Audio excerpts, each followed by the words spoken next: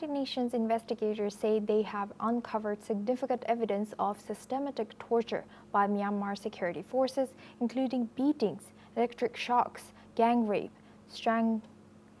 strangulation, and the removal of fingernails. The latest report from the Independent Investigative Mechanism for Myanmar identifies high-level commanders overseeing detention facilities, with victims often able to name or recognize their tortures. Atrocities also include summary executions and sexual violence, sometimes resulting in death, with children among the victims. Investigators are also probing air strikes on schools, homes, and hospitals, including those after the March 2025 earthquake, and atrocities in Rakhine State. Evidence has already supported cases before the ICC and ICJ, as well as Argentine courts, including arrest warrants for junta chief Min Aung Hlaing.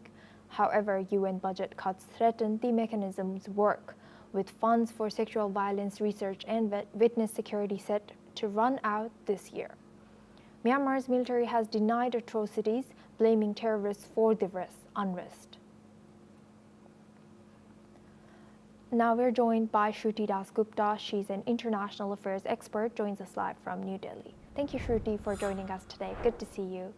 Now, given this gravity of these new UN findings that has just come out of the atrocities in Myanmar, what steps can the international community still take to hold the military junta accountable for these actions?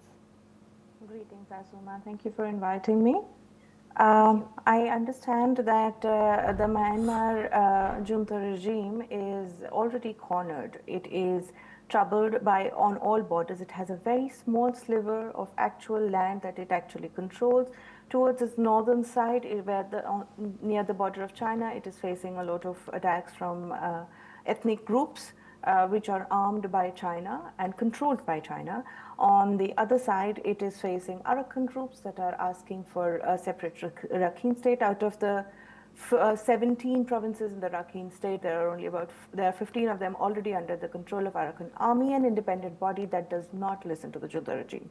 So when you talk about atrocities, the junta regime has proven to people of different ethnicities that they will go all out and whenever they can to show force and ensure that the people are no longer able to rise. The kind of atrocities that have been listed, not just now, there was a report earlier in 2023 as well. Every year after year, independent bodies come out with such reports and show that the military coup in Myanmar continues to exacerbate the situation and make it more inhumane for all residents. And ethnic groups that's why gaining credence and popularity, where people of the land feel that they're safer under an ethnic group that at least recognizes their particular needs. So what the international body can do, as you asked, there are already sanctions on Myanmar. There are already a lot of pressure internationally on Myanmar. The ICC has been seeking a warrant for the arrest of the junta regime chief, which is Min Aung. So from what I understand, they can't really do much unless they walk in with the UN peacekeeping force and take control of the region. They can't do much. What is now I know is happening on ground is slowly and steadily the Chinese influence on these groups is being minimized by the presence of US forces in that particular Rakhine state itself. And there might be a separation. We might see that the country of Myanmar be segregated into smaller sections on ethnic lines so that they are more controllable and people feel that they have a voice and presence. And Shruti, now could reduced support for this investigation and investigative mechanism allow Myanmar's military to avoid further international scrutiny? There's a reduced support and they still manage to kind of find so much. And it's systematic. It is done by the power of the gun.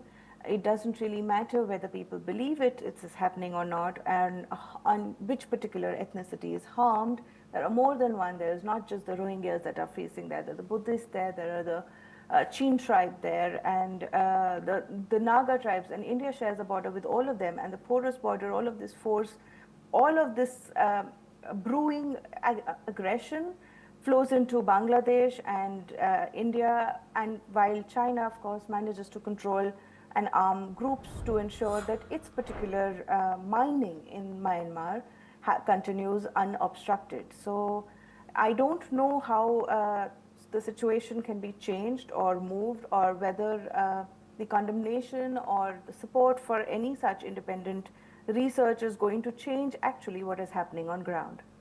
Thank you very much, Shruti Das Gupta, for sharing that. Please stay with us as we come back to you for our next discussion as well. Now, Bangladesh